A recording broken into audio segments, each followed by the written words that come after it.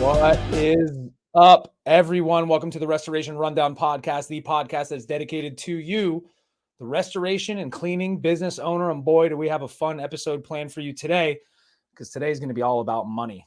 That's right. Getting paid is an area of contention in this industry, and quite a bit of construction and home service industries that deal with insurance companies. So today we're bringing on a guy that can help you with that, with his company. You guys would join me in welcoming Mr. Josh Ehmke to the podcast from One Claim Solution, the founder and the general counsel of One Claim Solution. Josh, thanks for coming on, man. That's right. Thanks for having me, Benjamin. Pretty pumped about it. Yeah, that's great, man. So, for those of my fives of tens of listeners out there, and no offense if there's more than 10 of you, but I know you're not talking to each other, so you don't really know the numbers. But why don't you give me a little background about yourself, and how you fit into the restoration industry? Yeah, absolutely. So right out of law school, I am an attorney. So out of law school, I started immediately getting into family law, did a lot of domestic violence family law, worked for a nonprofit. That was heavy. Yeah. You couldn't shut that stuff off. Went to bed thinking about it, woke up thinking about it, and needed a change. It was starting to affect my family life. So took a position as general counsel to an air ambulance billing company doing large fixed wing air ambulance flights. Average claim size is $180,000, $200,000 in size, and Wow. and dealing with medical insurance, right? Uh-huh. And along comes Obamacare and some changes in the medical world, and some shifts there that kind of made me a little nervous. So had a buddy in this industry, in the restoration industry, that was having some problems with his company and collecting on some of their files. And he goes, "Look, Josh, I know you're doing insurance billing stuff. This isn't exactly the same as medical, but can you help me on some of these files?" And I was like, "Yeah, man, I'll help you." Sent out a couple letters and worked with some adjusters and got immediate results, right? And it made me step back a minute and just be like, what's going on in this industry, And so I started looking more and more into it, and it just there were not a whole lot of attorneys in this industry playing, and made me think, why not, and the answer was a lot of these balances that these resto contractors are going after are too small to afford to go and hire an attorney, pay the $3,000 to $5,000 retainer in order to go and collect $3,000 to $5,000. It just didn't make a lot of sense. And I got that. And so, tried finding a creative way to overcome that economic barrier there for attorneys to get involved in this industry and help these restoration contractors out. They're just getting pummeled by these carriers who know how to play the game. And so that's kind of where the billing agency concept was born from, was, how can we bring some accountability to both sides? The more I got involved in the industry, I saw that, just as in every industry, there's bad actors on both sides of the equation. Right. You got some adjusters that are fantastic to work with, and they're really trying to do the right thing. They're looking out for the carrier, making sure there's no fraud, nothing like that going on, and they're great to work with. You've also got adjusters that are just mean. And their goal in life is to save the insurance companies as much money at all costs, and they're not willing to play by the rules or do the right thing there. And the same thing happens on the contractor side. You've got contractors that are out there trying to do the right thing, and you've got contractors that are out there trying to maximize their bills and inflate them with things that they're just not doing. And that creates a hardship for the other contractors that are trying to play by the rules, right? Sure. And yeah. So that accountability from both sides is important. And we're able to work with contractors as we get them onboarded through what we do. We go through their paperwork, their invoices, and I really work with them really closely on the front end to make sure that their documentation, their contract is what it needs to be, and the invoices are where they need to be for the contractor's purposes, and really set them up for success on the front end. So, and we have found that the carriers genuinely seem to appreciate that approach, and we work well for the most part with carriers. Like I said, you've got some adjusters out there that are just mean and they don't want to play nice anyways. Right. And that's okay. and that's why we have a job.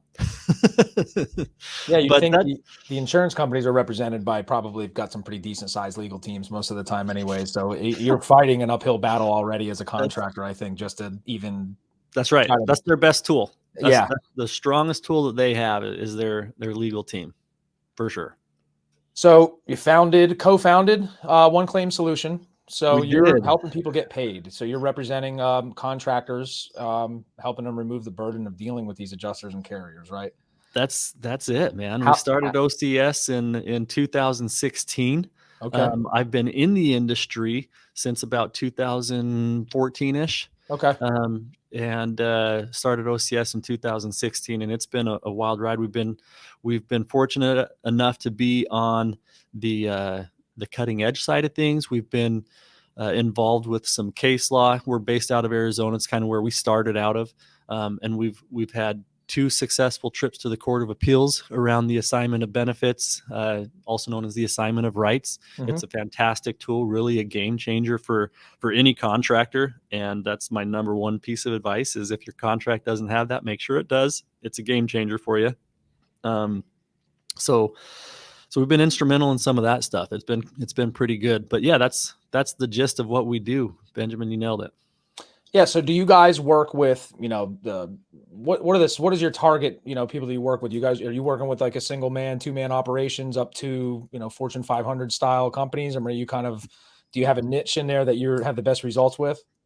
Yeah, we have the whole spectrum, to be honest. We've got your mom and pop shops that are doing, 2 to 3 claims a week. And then we've got some contractors that are doing 80 claims a week with Wow. us. And so, yeah, we have the whole spectrum there. As far as a sweet spot goes, really what I like to say is the sweet spot is a contractor that knows what they are good at, Mm-hmm. and they focus on that, and they work well with us. They take the extra time that they get by offloading this stuff onto us, and the extra money, quite frankly, that they get because they offload it onto us. We're able to improve their cash flow, the turnaround time, the amount of overall receivables from the carriers. And the contractors that are able to take both of those things, the extra time, the extra money, and reinvest those into growing their company, those are Right. the ones that work with us the best. Yeah. They get it, and they love to see that growth. In fact, the one that I'm thinking of that's at about 80 claims a week, when they started with us, they were at about 10. Wow. And they've been able to take all that and just realize an extreme amount of growth in a few years. It's been super fun to be involved with that and watch that growth.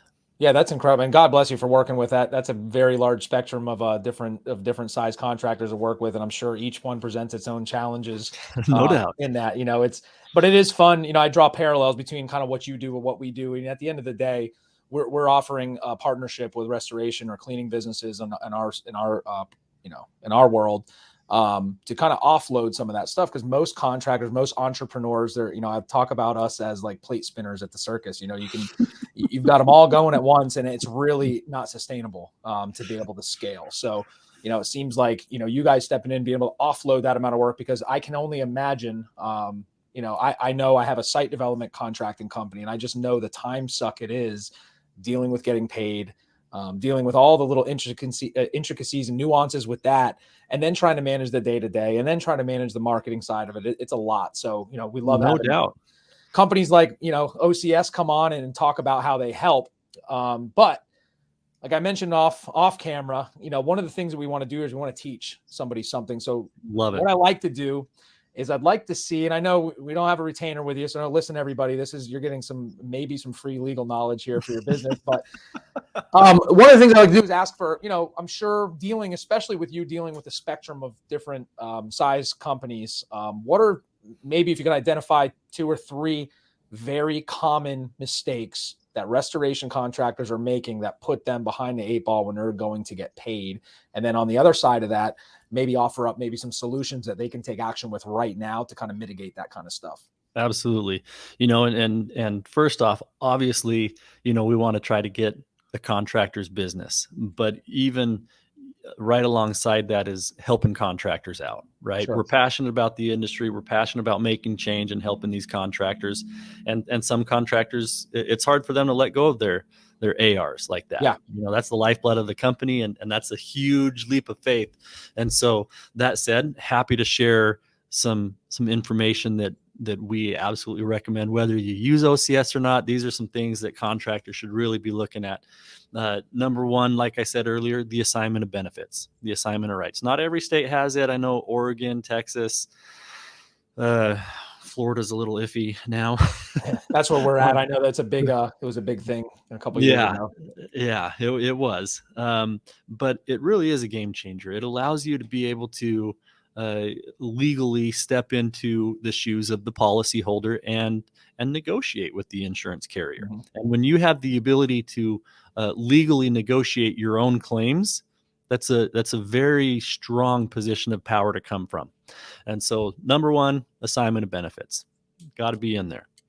The second thing, there's a lot of talk in the industry about Xactimate. In fact, that was one of the things that absolutely intrigued me when I first got involved in the industry. Was I heard about it, and coming from the medical world, a medical billing world, there was a software similar to that was artificially driving prices down in the medical billing world, and it was a huge class action that came about against that software program. So when I heard about Xactimate, my ears kind of perked up, and what is this? And through my experience in the industry, I've come to really like Xactimate. It's a fabulous tool, Yeah. but it needs to be used correctly. And that's where the biggest shortfall is in the industry for restoration contractors. Is you even get these contractors that say they know Xactimate, they've worked with it for years and they're familiar with it, but when you actually go out and take a poll on how many of these contractors have been trained correctly in Xactimate and its use, that number is very, very small. And so when contractors are getting mad at these carriers saying, "Oh, they force Xactimate pricing on us," and it's a huge struggle. Yes, carriers are forcing Xactimate pricing on people, but do contractors know how to upload their customized prices in order to affect and change these prices, right? And the answer to that is most of them don't, at least not enough of them to make any real difference. So Xactimate, that's the second thing. Xactimate's a great tool. Know how to use it. And that's something that we work with contractors on is to make sure that, they're setting up their invoices the right way on the front end. Yeah. I mean, that only helps getting paid at the end anyways, having that stuff in order because you're not going back. And we've had a few guests on, and I found it kind of funny how many people hate versus love Xactimate. And it typically, what I find interesting is it typically boils down to people just not knowing how to use it properly. That's right.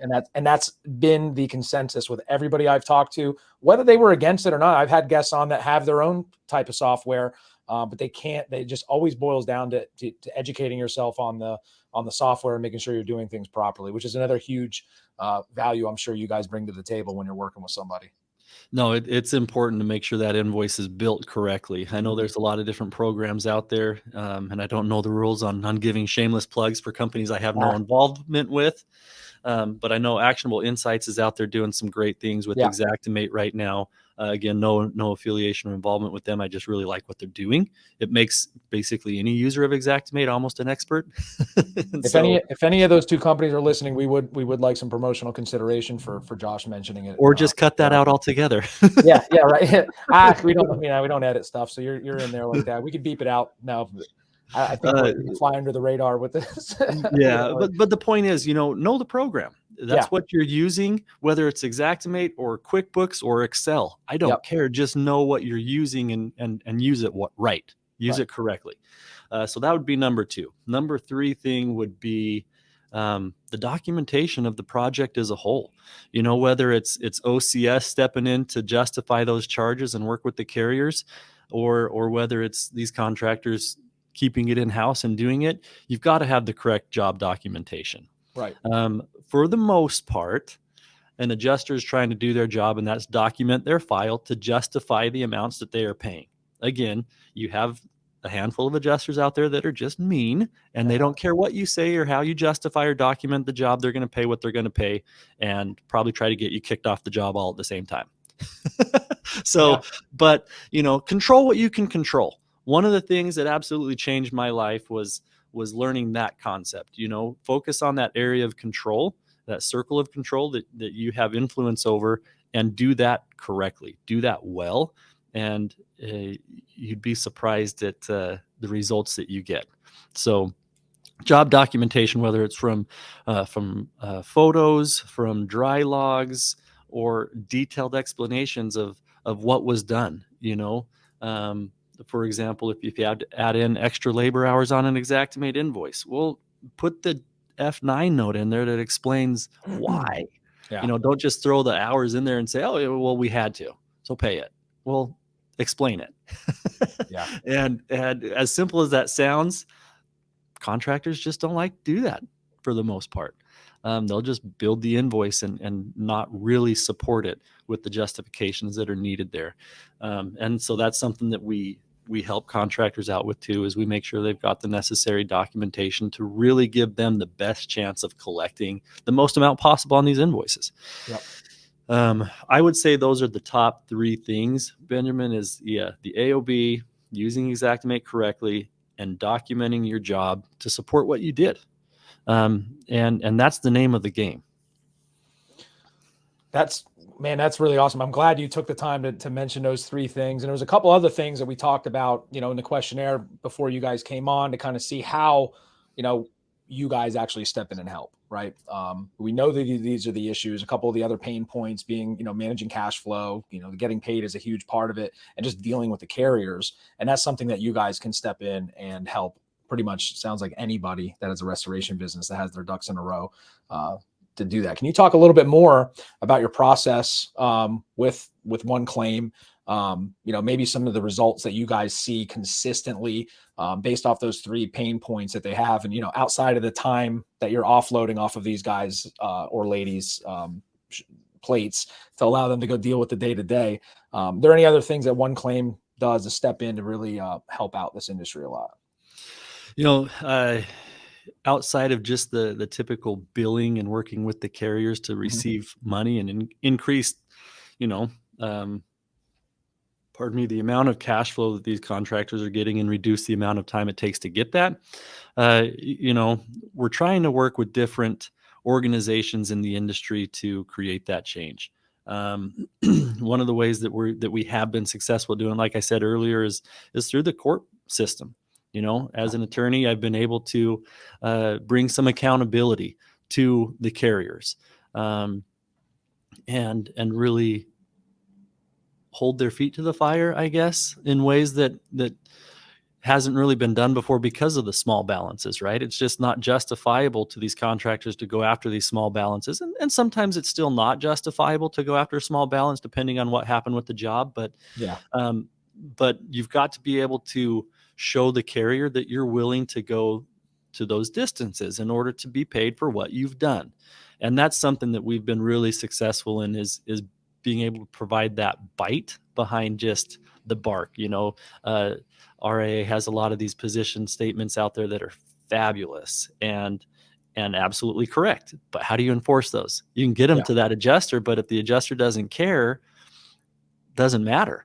To get it to the supervisor, then the supervisor, and keep going. But at the end of the day, the carrier gets to decide if they're going to pay it or not, whether it's justifiable or not. And so you've got to be able to bring that accountability somehow.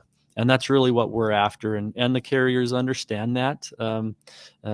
And we try to work through that process with them. So I think that's ultimately, at the end of the day, Benjamin, where real change is going to be made in this industry, is through that accountability process of really holding these carriers' feet to the fire to make them pay what's reasonable to be paid. It's not about being egregious. It's not about price gouging. It's not about, hey, I'm going to charge $90 a day for an air mover because I want to. It's getting paid what you reasonably should be paid. And that doesn't always mean the same price as the program vendors that are doing the job at a discounted price in order to get free work from the carrier. They Yeah. can't force that pricing and pricing structure on someone who's not in that relationship with them, even though they try to every day. We know that. Mhm. Um, that's where the real change is going to be made, is just proving to them that, it's not always economical to do that. Sure. Sure. Now, speaking of changes, I mean, I love the fact that you guys are out there actually, in the court systems fighting. Any changes you might see coming down the pipeline that might be affecting any of this type, any of the things that we've talked about? Billing, AOB, Oh good or bad man. changes, I guess. Just to give anybody a heads up if you see anything coming or something you guys might be working on. I would tell every contractor out there, try to keep your ear to the ground on, especially with the assignment of benefits issue. The carriers know how important that is. Yeah. They would rather deal with their policyholder who knows nothing about water mitigation or any of this restoration process, um, than they would with the service provider that knows everything about it, right? Right. It's easier for them to pay less when they're just dealing with the policyholder. So they hate the assignment, absolutely hate it. Right. Um, for the most part. Um, we've had our exceptions there where the contract or the insurance companies are just like, man, we just love dealing with you guys. It just makes our life so much easier, right?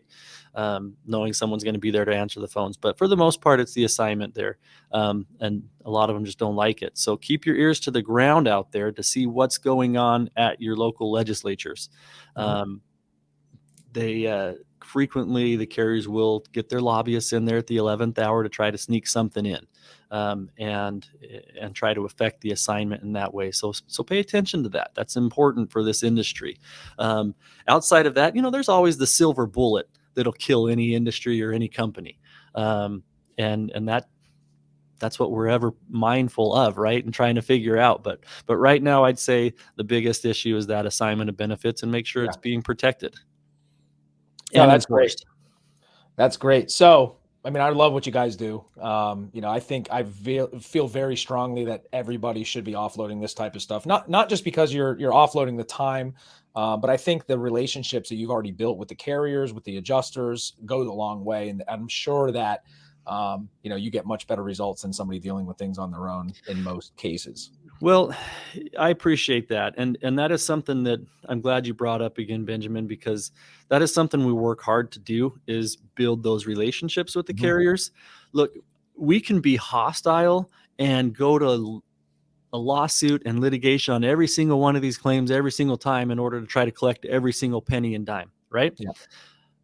But is that really the best course of action? If I am a jerk to an adjuster today for you Hmm. because he's not paying something, and I just treat him like a criminal and I put him down and treat him like Yeah. an idiot, right? What happens tomorrow when I come across that same adjuster for another contractor on another claim? He's still going to have a bitter taste in his mouth about me and about what we've done. And so uh, the relationship by nature is adversarial. We're trying to collect money, they're trying to pay as little as possible. Yep. Adversarial by nature. That doesn't mean that you have to be adversarial in your process.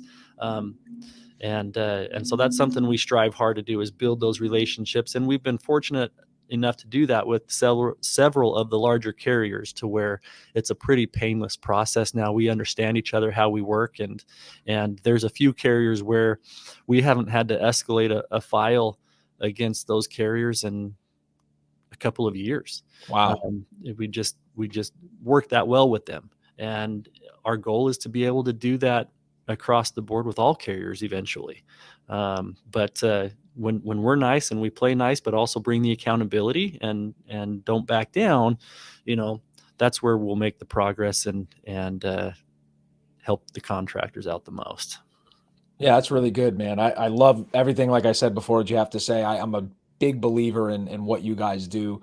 I just see it from the marketing side, how much time is put into what you're talking about, dealing with the carriers. And not many people have a smile on their face when they're talking about dealing with insurance or billing and stuff like that. So, it only makes sense, to talk. And speaking of which, if you guys are listening to this, Josh and the team have been gracious enough to offer a free consultation, just have a conversation with you about your business and what they may be able to bring to the table for you to help you get paid better and manage your cash flow. Josh, how do we get in touch with you? Well, our website is oneclaimsolution.com. It's all spelled out, all one word, oneclaimsolution.com. That's the I'm gonna best throw way that down. to reach us. And you guys are active on social media, I'm assuming, as well. We are.